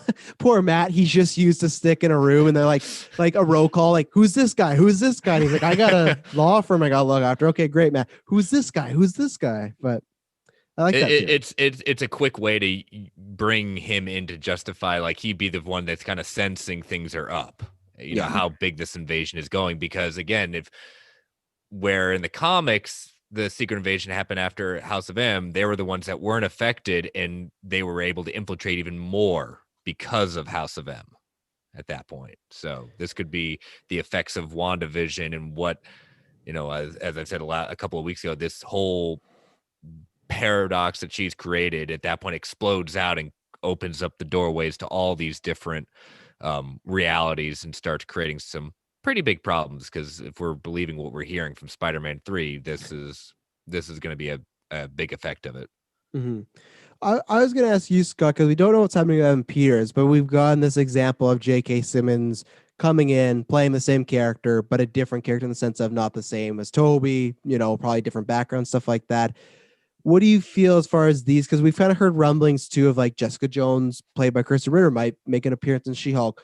Do you think it is better to do the JK route of just take that actor, have the same character, maybe some similarities, but they are new? Or would you prefer them keeping that background that was established a few years ago on Netflix? If I had my druthers, keep the background because I want to keep those actors. I loved the Marvel Netflix shows. I know it's kind of hard because they were TV mature and that doesn't really jive. And you don't want to make them feel like that those are required viewing when ratings wise they don't quite match up. Yeah. But I also don't like those shows being treated like they don't count. And they were treated like that. I mean, I'm sorry, the incident and the big green guy, I just guy with lightning. Yeah. Guy, it's just like the closest we came was season 2 of Jessica Jones, where she actually references the raft. And it was like, I wanted those shows to get a little bit more respect, because at that time, I thought that was some of the best stuff Marvel was putting out, was those Netflix shows. Oh, yeah. It was a big, I remember that first weekend of Daredevil just kind of being in awe. And just like, that's honestly when I really got into listening to podcasts. Was not enough of my friends were watching it. They didn't binge it. And I just looked for anybody talking about Daredevil that weekend on the line, just like, what's this? What's this? And like, I it's tough because we just talked about the Deadpool thing. It's like, well, if you are going to do radar Deadpool, which I'm very 50-50 on, I believe they want to, but I've said this to Chris that I believe any morning I can wake up to a press release that, us and Ryan Reynolds, we had creative differences and it just didn't work out. We both love each other still, but we're going to go our separate ways. I'm still preparing myself for that. I will wait till, not even till they're on set. I'll wait till I see a poster, a trailer, and you get that R at the bottom. You go, okay, cool. But if they do that, that's where I feel like they shouldn't be afraid to shy away. Then if you have mature stuff, it's like if you're going to do Deadpool and hopefully Blade Radar, then you could have this background. And I don't think there's enough of Daredevil that would have to be required viewing. It would help, but I don't think you're going to you have to watch these 3 seasons. I think it helps flesh out the character, that world, that cast, bring them back, sure, but I don't think you need that. But I do think we're going to get the J.K. Simmons route of this is, similar actor, similar thing, but that's about it. So. Yeah, we'll just have to wait and see exactly. But it was intriguing with, like I said, Agent Coulson, Chloe, that makes sense. This Daredevil was like, okay, we're getting kind of interesting here. So we're just putting out there that Jennifer Lawrence is on her way to Australia to just start next month to begin filming Fantastic Four.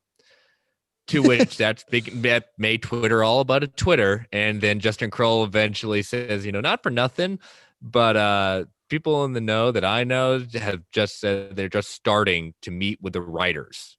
And there's no way that they're ready to start shooting at this point. Now, what is shooting down there, if anything's to be believed, Jennifer Lawrence might have some sort of weird cameo in Thor Love and Thunder. Mm-hmm. But the whole idea, like, even I was just like, she's coming into, what's with all this, just seemed kind of weird.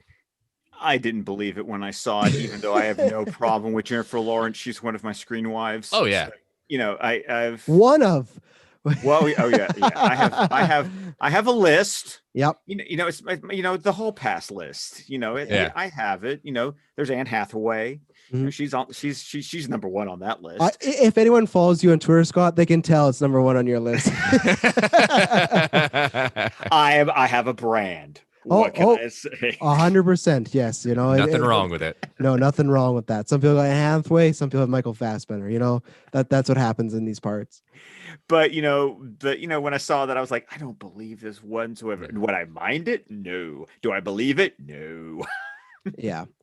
No, I was about to say I same thing. I wouldn't mind it. It wasn't first choice. I just went as far as kind of what we've heard before. And Chris, you're like this with food references. You can go to a buffet and you can love a type of certain dish, but eventually you do get sick of that dish. And I do wonder if I just didn't peg her as signing on and doing another, here's a 4 to 5 film contract deal. That's my thing of like, if I heard she was playing a villain or a one-off role like Cate Blanchett, I'd go, okay, I could see that. I just didn't see I didn't see that happening. I really didn't. I just think she's at a different place in her career. But if it happens, sure. I think Katie brought up a great point in our chat as far as saying, hey, look at Mahershala Ali. He's cast with no writer, no director, no movie, right? And it's like, yeah, it does happen. You're completely right. So that's why it's like, it's not completely debunked, but it is. I don't believe this one as of yet, but maybe, hey, we'll see Thor and Love and Thunder. There's an end credit scene, and I guess I was wrong, Or she just meet Ben Australia for something completely different, a whole different film, and it's just a fun coincidence. That's probably what it is, But anytime anyone goes to Australia nowadays, it's like Bruce Campbell's now. Bruce Campbell's probably in Doctor Strange Multiverse Madness, but still, it doesn't mean 100% he's going to be in it. But it's a Sam Raimi movie. He's in it. Yes, yeah, he's in it. So I think that'd be the biggest disappointment about one of the biggest disappointments about the movie. Where is Bruce Campbell? Toby's there, but everyone's walking out. Where was Bruce? That's why I paid my ticket, Exactly. So, well, Scott, you gave us an hour of time, so we thank you very much for coming on, talking some WandaVision, coming over to this side of the line, coming through the portal. So, again, sir, thank you very much. It. Yes, no problem. Double tap, please. All right, sir. You have a good night. Say Shazam? Yeah. No, yeah. Up and away. I love that movie so much. Oh, do I need to sign off? Is that what you need me to do? You know what? Just one last time, in case someone comes in midway through the show, plug where they are, and obviously no one contact on the 18th because he will be alone and leave the man his peace. But I'm sure the 19th you are going to be just going off on a very happy tangent. So You better believe it. Well, Mhm. of course, you can find me on Twitter, ScottDC27. You can find my podcast, the DC Film Squadcast, wherever you listen to your podcast. We're also on Vero, Facebook, YouTube, and you can find the entire network of shows at squadcastmedia.com. very good. Again, thank you very much. Yes, Everyone, thank go you so listen much, to the Scott. shows, go to their Patreon. They're putting out lots of good stuff over there. So thank you very much for your time, Scott. Thank you. All right. We'll talk to you later, sir. Bye. Bye-bye. All right. So now we have this big story to talk about, Chris. Let's be kind, even though we weren't as kind in the sense, but we'd kind of called this when it happened. Yes, So, but yeah, again, just a thanks to Scott. It was great to have him yes. on. It was good just because, like I said, I was like, you know what, it's fun. That's what we've always tried to put forward here is like that should be any fandom as far as when he's talking about because I know shows. I'm not going to list any. Don't want to start any Twitter spats there, Chris. But I know some Oh, fans or God. shows where it's like, if you don't like this, if he would have came in and been like, yeah, I'm kind of not really into the MCU right now. I'm picky choose something like, oh, I don't want that person on my show. We're just Marvel. No, like that's the best thing Yeah. is like talking about people like how they're watching it, why they're watching it. And that's a good thing because for someone like Scott, where it's like, I'm kind of watching, a few things from the MCU, then it's like, okay, if he's watching WandaVision, what is that show doing right to bring him in? And I know other Mhm. people like that. And it's just so, it was great to have him on. It was good. Like I said, I was happy because after the charity stream, I said, oh, one day we're going to podcast together. And it'd been a while and I was happy to finally do it. So thanks for having him on. And thanks for being here as always, Chris. Oh yeah, no, he's great people, great friends, and we all Yes. support each other across both our networks. Him and Squadcast, we're brothers and sisters in arms. Yeah, and like I said, because I know not everyone knows everything, there'll be links down below where you can find those shows and him. And yeah, go check out their stuff. They got good network over there. So yeah, this big story. Yep. So I was so what's excited. so I was well, so let's- excited when. Oh, go ahead. Yeah, go ahead. Yeah. Well, this is the thing, this came from Disney Insider this past weekend. They put out that they had a big story that they were going to drop on Tuesday. And I can't remember if they were the same blog that had done something similar to that. It may not be, just maybe an interesting coincidence because I'd seen this happen before. Well, I can't remember. I think it was at some point Sunday or maybe late Saturday. They had also put out saying, given a hint that this scoop had been on Disney Plus and in Marvel, and somebody that they had been on both. And I just kind of shook my head and saying, now you're just asking to be scooped. Yeah. And they kept on holding to, we're going to drop it Tuesday. And in our chat, I said, they're dropping it tomorrow. Someone's going to get close to the story because they got a little, they didn't have to. And I'm just saying, you don't have to do that. Just say you're dropping a scoop on Tuesday and leave it at that. Yeah. That's it. And as Kane predicted a few hours before, Brent had dropped thing that they say, needing to change of plans, dropping the story now. Why? Probably they were going to get scooped and they didn't want to. So the big scoop was, and for them, this is big, just because Disney Insider, my prediction was this wasn't going to be as big as we were hoping, because again, they are mainly a Disney blog. They don't necessarily, they talk about the Marvel shows, things like that, but they're mainly Disney. But the big story is, Big Hero 6 characters are coming into the MCU, not in animated, in live action. Now, Big Hero 6, very good movie, very good animated movie. It is based from a Marvel comic of the same name. They're going to be we don't know anything outside of that. We don't know what characters, but we're assuming Betamax is going to be in it because, is outside of the human characters in it, Hero at that point. We've heard things from Agents of Atlas, which I really think it's going to be a big thing to do it, but from Doctor Strange, Secret Invasion. This is cool. I think that this is a really good idea. It's on brand scoop for them. And so, yes, we were kind of jokingly in the chat saying, really, this was it. But again, we come from a different fan base than what their blog caters to. So, good for them. I'm glad they got it. I'm sorry that, they had to release it earlier than they predicted. But again, just don't overplay your hand because people will try to one up you. And I hate to say it, that's what happened. One up you, and it is. We talk about this WandaVision. We talk about this almost every media, all the media, all the time. hype is a very, very tough thing to manage for any franchise, whether it is the actual movie, a trailer, a teaser, a poster. It's one of those things of you got to be careful because it is this bottle. It's like if you are, here's another food analogy, Chris. So microwave popcorn, or not microwave popcorn, stovetop popcorn. You got to cook it just right because if you leave it on or don't shake it for just a few seconds, it could burn and ruin the whole batch, ruin the whole bag. And that's the way I think hype is, that sometimes you have to release things at a certain time. You have to say things a certain way.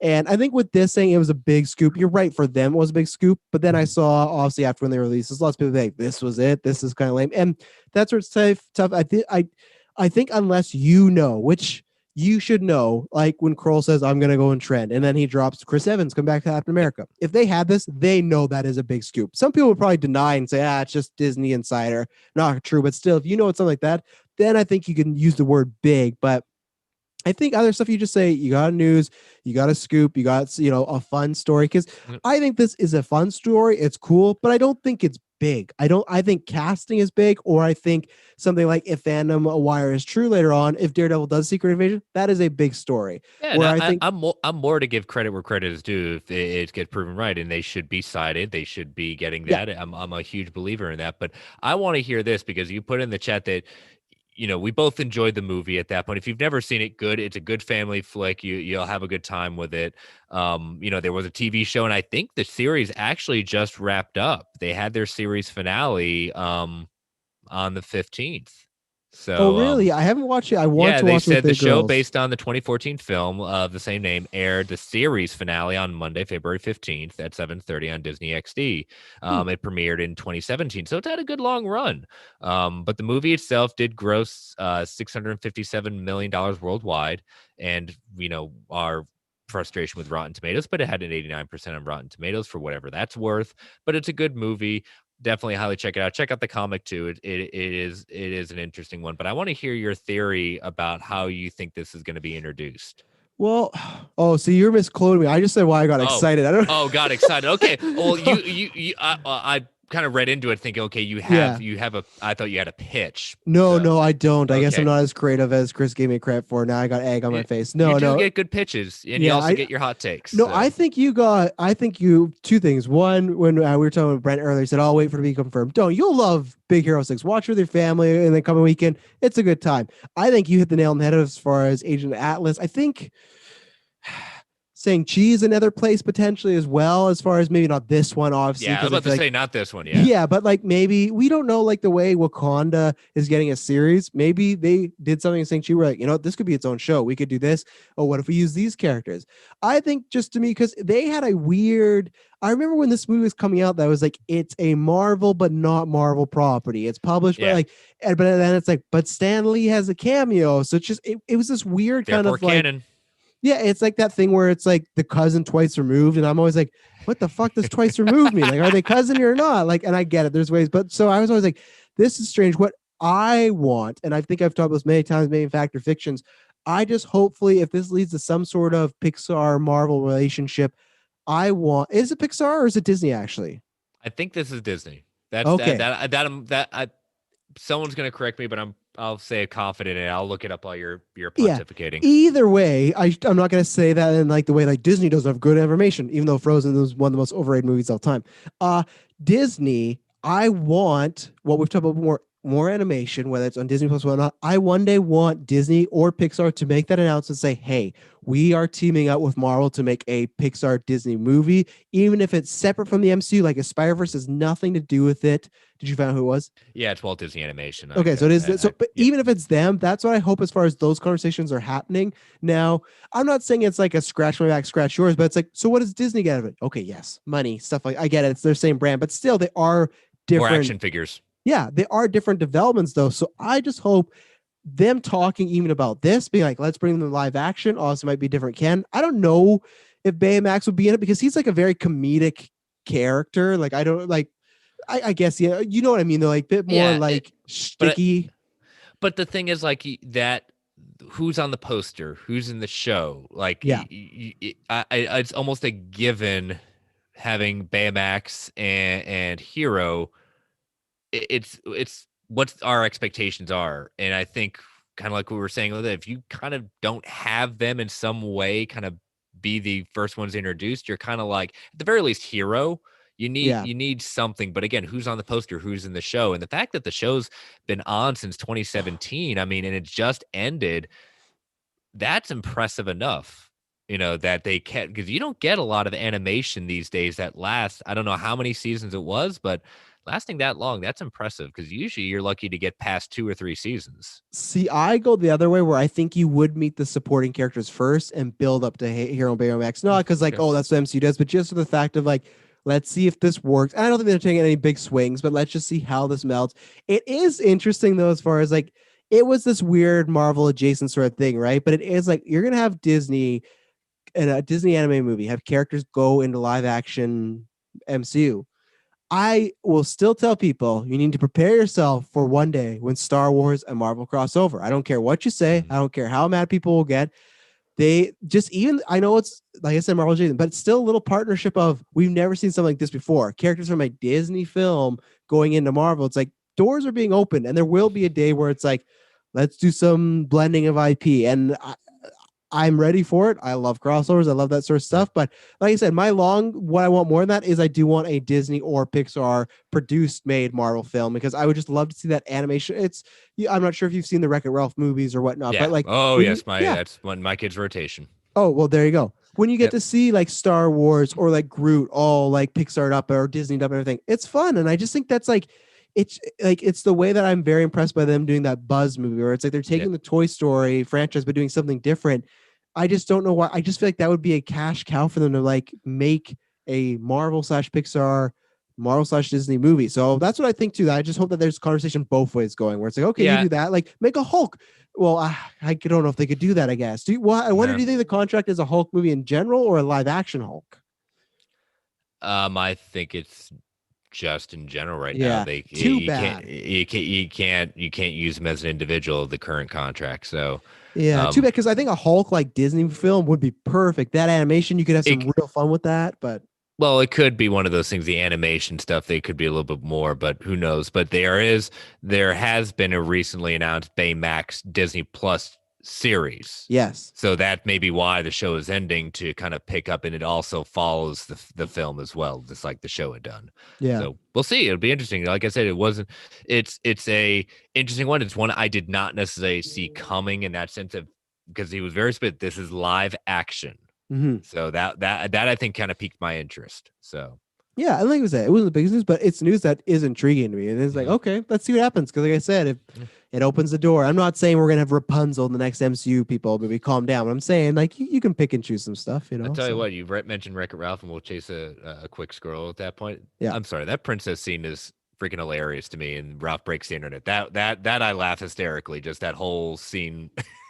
I don't, again, talking about like, sometimes I'm so peculiar by why they don't do things. That movie, if they were to do the Disney princess movie, would be a money printing machine. And I know people are like, oh, is that how you want to transfer money? No, but I'm just saying this corporation that everyone accuses being so money hungry, they are, but it's like they could be doing so much more. Like if I was there, I'd be like, you got to do this, you got to do, and like that princess scene is one of the best. It's a scene stealer. They so self-aware, and I think that's why I like it so much. Oh yeah, and they nailed it on each character, the animation and stuff. Like even when Marta comes in from Pixar, like, oh, she's from the other studio. Yes. Such a great line. It's just like that is literally buckets of money sitting on the table right there. Like, just do one, see what happens. Who cares if it breaks again? It doesn't matter. Like again, another squirrel chase. Like that's one of the best things in the Shrek movies too, is when the princesses choose to save the day and they have all these cool abilities and everything like that. It's like people love that. It's just like, let's do it. So yeah, what we're saying is Walt Disney Animation, come to Chris and I. We got some pitches for you. I got a Hulk movie. He's a princess movie. We're good to go. We're gonna make it even more money. Totally fits in my brand. I will pitch your princess movie all day. We'll do what Damon Lindelof do a Watchmen, where it's like we're the showrunners, but we're gonna bring on much more talented women than us to write and do everything. We're just gonna say, yeah, we just said Disney, hire them, and then like, oh great, Yes. and we got an executive producer credit, we got a check in the mail. Perfect. We're good to go. I don't need to direct it. I don't need to write it. Just as long as I point them in the right direction, say, get these people, get these filmmakers, go. I just want to watch it. I just want to see exactly. So cool. All right. Well, so like I said, light news week, but it's just fun kind of having that. We can't have every week be 20 news stories, right? Oh yeah. So yeah, we're gonna take our last ad break, and then we're gonna do our fact or fiction, and then for the audio viewers, you will get Combo Club. We record them both back to back. For the video, you'll check it after. But we did rectify my mistake from last week, so it is there. We're closing out the vision, so we will be right back. And we're back. I should have used that moment to pull up the results, but I did not. That's all right. I kind of thought about he's not pulling up the results right now. Well, you know what? It's just crazy that we had some internet troubles, and it wasn't me for once. That's a good thing. It's always Travis, Brendan, Snell. And you know, this is the fun thing. Let's see if Nathan's listening, because Nathan's always asked me, what does the B stand for? And Nathan, I just gave it away. So let's see if you're listening. I'm expecting a text in the next 24 hours. So we gotta work on it at the end of the show. The YouTube viewers will see probably our end credit scene, but we'll definitely have some end credits we're gonna have to pull from it, since we didn't record immediately. We recorded very much immediately. Yes. Okay, here we go. So these were my fact or fictions last week. Disney Plus will feature a show covering the era of original Ant-Man and Wasp. I never look at these till I go, people are not in my camp, because 87% fiction, 13% fact. But I will say last week, as you heard, I did kind of change to Chris that I think that anthology idea would be great, and that's how you do it. I that again, talking about how to get Chris to be pitching. That is a show that take one character, one story, do an episode of it. That'd be perfect. So I like your idea better. That's even more feasible as far as you get Douglas and Pfeiffer back too. Like I said, do kind of decades in the sense of the growth, and kind of look at these heroes if they existed then. That's kind of cool. Yeah, and Summer Hansey says an Ant-Man, old Ant-Man era fun animated movie. Perfect. That's another think about all the set pieces you could do with Pixar or Disney animating them being small and stuff like that. And that's another thing. You could easily get Michael Douglas and Michelle Pfeiffer come in for a week or two, do the voice. That's a great idea. So maybe we get that way, but I said show, so people disagree with me. Liv Tyler will return in She-Hulk. Fact 31%, 69% fiction. I'm still sticking with fact. I still think there could be something small in there, but I get why people go fiction maybe down the line, but not the cards are not my favorite this time. Yeah. So, and then finally, again, people just not agreeing with me at all, because I was fiction on this one, but there will be a future film titled The New Avengers. Fact 77%, 23% fiction. So you know what, fans, listeners, whatever. I won't hold it against you, but it's fine. It's fine to be on the wrong side. He's gonna take his ball and go home and cry about it. Well, no, not yet, because I gotta get ready for a trial. Because other people can be on the wrong side of history too. Coming up February 27th, Taylor Field's going on trial. Chris is going to join us. Many people, or at least 4 of the jury members. So it's going to be a great. Maybe I'll join you. I don't know. We're still. Well, yeah, maybe. I'm trying to get him the right sort of Disney pitch. But sir, it is your turn. Remember, I just want to quote a line from Runaway Jury. Trials are way too important to be trusted to a jury. Yeah, but we have to decide. That's having Geek versus literally 50-50 down the line. So it's we will not be able to recover from this until we have a verdict. That's the only thing we can do, and then we can. We have forward. A verdict. It's just seeing how do we trust it to the jury. So. Yeah. But all right, yeah. So start off. I kind of jumped all over the place, but it's kind of interesting. One of them we had talked about, so I'll get to that one next. But first one is there will be an Agents of S.W.O.R.D. show on Disney Plus within 5 years. That's so interesting, because I remember that's what everyone theorized that the Secret Invasion show was going to be. All right, remember when we had heard Nick Fury's getting his own show, and everyone's like, oh, they'll probably do an Agents of S.W.O.R.D. thing. I will say fact, because I think that if you have Phil Coulson, you have Quake, it's a hit. Maybe we've talked about where does Daredevil fit. It sounds weird, but maybe he's an Agent of S.W.O.R.D. Maybe that's where he goes. He's been an Avenger before. They can change up what he's doing on the side. So I think I'll say fact, because I trust him enough to make people want to see maybe more of Coulson or other characters, right? They could have a whole squad of people that were just meeting. So I'll say fact, especially 5 years, I think is a good barometer. I think any shorter, I would have fiction. Any longer, well, I'd still say fact because it's longer. But I mean, I could see 5 years, especially with S.W.O.R.D. becoming more popular now. Maybe that's where maybe Jimmy Woo gets brought into S.W.O.R.D., stuff like that. Yeah. And this is something that Disney Plus MCU show being a procedural. They don't have that yet in their kind of setup, and so depending on where and if Captain Marvel 2 can be part of within this 5 years, you start building these backdoor pilots, building up S.W.O.R.D. We've already kind of built up a little S.W.O.R.D. with WandaVision. You're building it up to kind of see that idea and saying, oh, it's another Agents of S.W.O.R.D. It's okay, if you want to really just do it like that, sure, but I think they could be better than that. Yeah. Shield was good, but you can take it to a different level. Yeah. No, I agree. So, all right. The next one is assuming Deadpool 3 is a success and rated R. This will give Marvel Studios the cover it needs and will greenlight at least one new rated R movie that's not Deadpool. Because it's tough. I could see them being in that meeting, be like, "Well, we got to do Deadpool radar. We have to because it was before, and people will be disappointed." But this is the only one. I did want to go for the fences and say two. I'm just gonna say if Yeah. Deadpool, if it works, it'll give them that idea to maybe we can do something like this. I'll say fact, even though I still think one is very tough because I think I agree. it's hard for them because I know people go, oh well, if Deadpool's rare, that means Blade will be. It's like I don't think it's that easy. I don't think one means automatically. I think there's hope now. That's more. It's more than before, but I'll say fact, but it is still tough because there's still a image to hold up within Disney and the MCU, and with parents and stuff like that. You don't want to do too many radar things as well because you don't want to take away some of that audience. So I will say fact because I could see maybe one or two more just in the entire MCU for the next like phases 3 to 6 or sorry 4 to 6. But I don't think there's gonna be like a plethora of like, oh, we're doing everything R. We're gonna do 5. Yeah, like, no.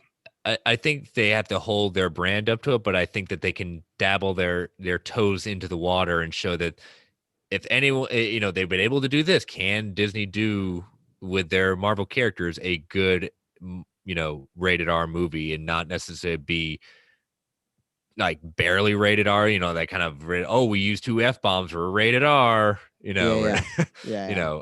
it'll be interesting, but, any character besides Blade that you think they could do it with? It's tough because if Daredevil gets introduced now, it kind of takes him out. I think Punisher, like I said, is a very hot handle to hold. If they were to come out, we're doing a radar Punisher, I see the pushback being like, whoa, well, I don't know about that. Obviously, the jump to is like possibly Wolverine because we had Logan and that was successful, so someone could make that case there. I would say it'd have to be somebody. That's where it's weird, but I think it's almost someone also in the X universe. Even if it's not Logan, I feel like it's someone like when they talked about X-Force or something like that. It's some sort of character that is, or characters that maybe warrant that. But that's all I would think. I don't think, Jared Leto's Morbius is over there, so that's not a part of our family. I feel like it's somebody. I think it's someone from X-Men. Do you have anyone in mind in particular? I'll always go back to the again, it's going to be someone from, I think it's easy for them to do a street level hero. Yeah. At that point. And whether it be, going beyond Blade, I think we could easily, Moon Knight could transition to, from the show to a rated R. Cause I think that show is going to be another one where it's going to be like, they're going to have to push some boundaries on that one. And I think that is going to be one that they could push a little bit harder than they've done before. Or I know they're claiming Falcon Winter Soldier does push it, but I say, yeah, but that's just kind of on brand with their action adventure kind of things. I know they're saying like Moon Knight's going to be like that. Yeah, but Moon Knight's a little harder core of a character too. Yeah, and like unfortunately, I have to shout to one of the worst men in the world, but maybe Ghost Rider for Taylor Field. Like maybe Ghost Rider if they want to get really supernatural and very crazy and whatnot, or let's go cosmic, baby. Well, yeah, that's why I thought that or Midnight something street level or something supernatural where it is like, and also Bloodstone where it's like, okay, she's hunting monsters and we're going grimy here. So yeah, I mean, I would love. That was one of my previous Factor fictions is Midnight Suns. We're getting that. So, all right. So my last one, we will see a Tom Holland Spider-Man. He will get his chance to take on the Black Costume Saga. Oh boy, that's such a can of worms. Because it's just like it depends on so much of like what it does. It depends on a lot, but I mean, it's just kind of like one of those in the sense of we're all asking the question of Matt Reeves. When are we going to see the Joker? We haven't even seen the darn first one yet, but that's the thing. So kind of synonymous with Spider-Man is the black costume, the alien symbiote costume. I will say fact, but I think there's a good chance it doesn't happen in the MCU. I think unless you were saying it has to happen in the MCU. No, I'm just saying Tom Holland Spider-Man. So that's why I kind of left it open. Yeah, because not even if there's a separation, because I could see them somehow reworking that into a Venom sequel, which I would hate, but that's just how they could do is like, oh, that's why he's here and blah blah. So I will say fact because it's not like Dark Phoenix where the black costume was done, not to the greatest effect, obviously. Correct. Get on up. So there's a thing where it's like, okay, it has a bad sting around it, but it's not like the Dark Phoenix War was done twice terribly, you know? And it's been what? Spider-Man 3 came out 2017. In 6 years, that'll be 20 years from now, which is crazy. And I don't think we're going to get it even, well, so what? That's another 6 years. Could be by then, but even then, when we're getting that 15-year mark, I think we're past the point where people go like, oh, really? The black suit? I think people are starting to crave it and they want to see it done well. I think the thing for me, if there are people that have similar views to me, the type of Venom they went with Tom Hardy threw a monkey wrench into it. It does. Yeah, and before it was like, okay, we got Tom Holland track, we're gonna get it. It wasn't Tom Holland in the MCU that made people go, oh no, Black Symbiote. It was the Sony where it go, either one, are they gonna really cross us over? Two, do I want this version of that? Because I don't. I really don't want like the Venom where it's like, I'm a loser. I don't want that. I want the blood thirsty, like we gotta take over and kill people, stuff like that. So I who knows what happens with Sony down the line, but I say fact that some way or another it will happen. Will it be done good? I hope so. I hope it's not like Dark Phoenix where we get two versions that are very bad to mediocre, but I do think Tom Holland will get it because I think Tom Holland has many years as Spider-Man. Even if he's done with MCU and there's another breakup, Sony will pay him a lot of money to play Spider-Man because people love Tom Holland. I think deservedly so. Yeah, I'm going fact just because, again, I kind of showed my card at that one. I said this is one of those kind of key storylines with Spider-Man that I think that they should do, and if they don't do it, that's kind of being a little silly to kind of leave that on the table. Yes, Venom does put a kink in the system right now, depending on how they structure it when that when I'm not saying if, when that meeting happens. But you can do, again, a spin on it, not the way, again, not everything has to be done from the comics. Yeah, there we go, spin. There we go. Yeah. But it's one of those things that I think they have to do it. I don't want them forcing it, but I think it's just one of those storylines that's going to be put into it. And like to get down to brass tacks, it sells lots of toys, posters, merch. Like that is the Black Suit Spider-Man is one of those things where if you're looking at a board, which some people have talked about before, that people on podcasts right now have worked in Hollywood, there's graphs in Hollywood where we look at, okay, what does this character do as far as merch, this and that. And sometimes that how characters and movies get made. And that's lots of theories how Venom got made because like, well, look how popular this character is. Find a team and make it. And the same thing as Black Suit Spider-Man. This is a pop thing. How do we do it? I think the only reason it hasn't been done is because of the Sony Marvel, like, will they, won't they sort of deal. But yep. I think we'll see it. Yep. So those are my choices or fact or fictions. Yeah.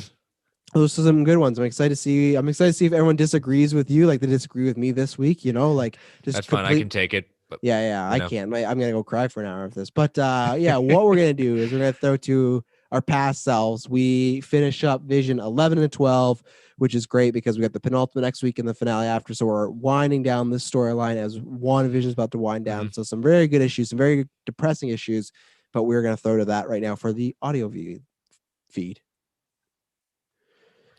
And we're back. What a great discussion. Woo. Yes, man. Our past selves are just, dang, they're on fire. Yeah, I can't believe they knew Scott was going to be here. Well, number 37.